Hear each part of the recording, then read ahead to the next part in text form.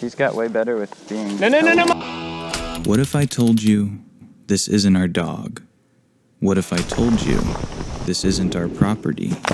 And what if I told you we're attempting to cross 40 miles of wild Idaho mountains, valleys, rivers, and fields in a completely straight line? So bad! Believe it or not, trespassing on private property and stealing a dog aren't really legal. 3 years ago, the first part of this series was released, and then nothing. People thought we went to prison for trespassing, or we never made it a second day and just went home. But neither of those are true. Truth is, walking in a straight line can be kind of boring, and I'm not sure how to continue this story. So I'll just skip the boring parts of us waking up, eating breakfast, and walking in a straight line in the middle of nowhere.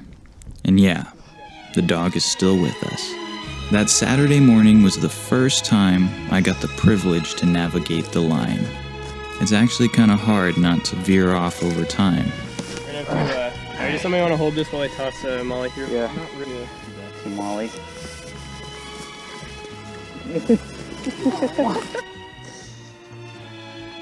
Sure.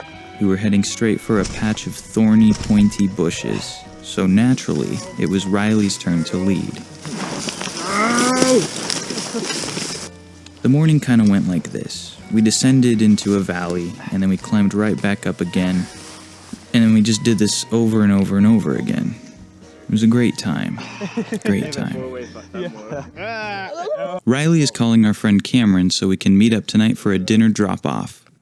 I'm not sure what he's trying to say, though. Yeah, so we made it to our first. We had some interesting. Also, our neighbors absolutely, really hate us. Nice. Also, you need to bring dog food. Do you remember me talking about going down and up again all morning? Let's just add that to our afternoon agenda. This was our first real taste of bushwhacking for the day. We chewed it up and spit it right out. The branches, thorns, and steep slopes hardly fazed us anymore. Awesome! Oh my god. There was not a single pessimistic bone in our bodies. Oh boy. We'd reached a hydration station. Lunch here? Yeah, we should make it past the other one too, probably. What other one? That big one? The second one. There's another one that's coming up right after this. There's another one? Yeah. The good life, full of fun. Go dog, go. After barreling through the woods for 4 hours, the only thing keeping a smile on our faces was the promise of a home-cooked meal. Also, bring ice cream. With ice cream, and returning Molly home without police involvement. You see, we had cooked up a brilliant plan to get Molly home tonight without compromising our mission. I'll fill you in later. Although we were trespassing all day long without an ounce of remorse, this house ahead yanked us back to reality. Oh man. He's gonna be hard against you. A sad reality where we destroy people's fences. Oh boy. Okay. Good. We modified it. Don't toss it. That fence was already like that. Man, what? He really needs to Oh, there's a dog in the backyard. Just what we needed. Due to my brilliant camera work, you can hardly see the situation we're in the midst of. A massive truck is parked in front of a run-down farmhouse with an unleashed dog. Would we risk getting shot and chased for the line? I don't know. I think we should just go. Because just see it going to that fence over there. We have to hop that fence and that fence.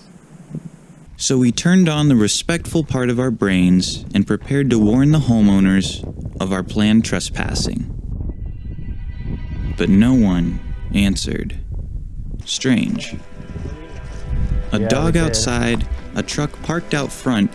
Our only guess was the homeowner was afraid of the 4 burly men outside their door. Even their dog was kind of freaked out. Definitely seems like there'd be people. Yeah. So under their barbed wire fences we went. we had made our decision, and all their dog could do was watch. Moments later, we saw a barn and garage come into view. Oh my goodness. There's a guy. How is he not gonna see us? Well, we're gonna have to confront him.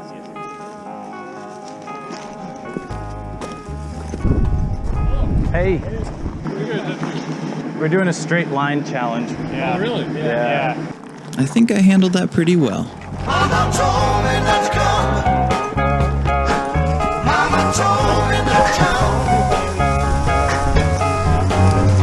Sorry, dog. We just threw the dog over this.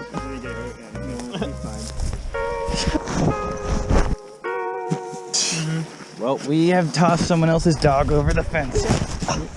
After a solid few minutes of peace, our situation began to ramp up in difficulty. I do remember this. Oh, it's so bad. Dang it. Our line led us along a very treacherous side hill, one long enough to make anyone's ankles cry. The more fun, the better. Oh, Nick, you fucked up your water bottle. Really? You poked a hole in it. Did you? Oh my goodness, you did. Really? Yeah. Look. Yeah. I can't see it. It's unfortunate. So now Nick has no water. All the way through, eh? Good luck. How's bushwhacking even hard? That was a question I asked myself before this trip. Everyone told me their bushwhacking horror stories, so I pieced together an ideal bushwhacking outfit. Protect your eyes. It's for the branches and no scratches on the skin. It's perfect. You guys will be stuck doing this. I can't get through. Is that how we sound that program? That is what I do. I'll be already there. Okay. Yeah, I take that back. The next 2 hours consisted of nature being violent towards us. I like this part of the hill. It's nice to look. Ah, fuck, never mind. Oh my god! So bad. Oh my goodness. According to our schedule, we would have to descend this mountain into a small town, cross a freezing river, climb up another mountain, and then wait for Cameron to bring us dinner. But look at the time. So it took us like 2 hours? Yeah.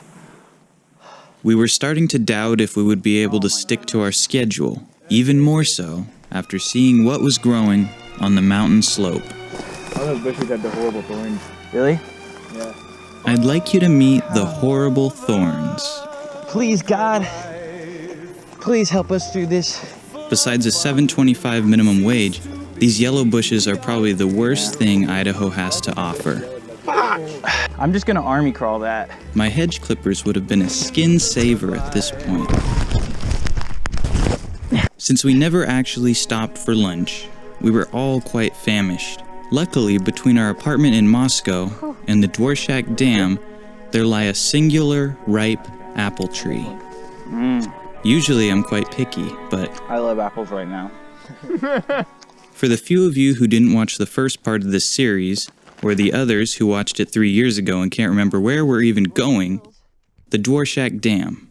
That's where we're going. Why though?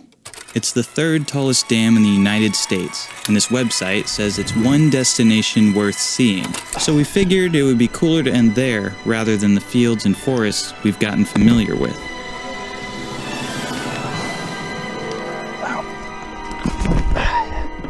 You might be thinking to yourself, geez, this video's so long. When are they gonna just be done walking? Well, I have good news for you. You see that cluster of buildings in that valley below? That's where we're thinking of spending the night. Now, originally we had no plans of sleeping so close to civilization, but those thorny bushes slowed our descent more than we anticipated. I wonder if anyone below is watching us right now. And hopefully, they aren't watching us do this. It got way better with being held. Oh my goodness. Really? As darkness started to close in on us, our excitement began to swell. We'd been away from home for 2 days now, and we missed warm beds, showers, and neighbors. Hey, my sister just asked. The dinner that Cameron was delivering us tonight would Do you not have service? not be delivered if we couldn't tell him where we were. Call him. It says 0 bars. Just call him. I have 1 bar. He better answer. His whole life should be about us now. Yeah.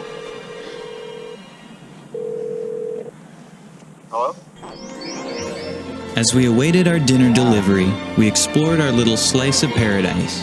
In a straight line, of course. And that exploring led us to discover something unfathomable.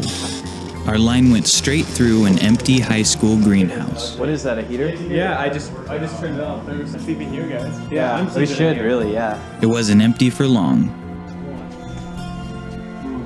Oh, whoa. With amenities such as pink fluorescent lighting and plant-specific heating, it was the perfect straight-line hotel.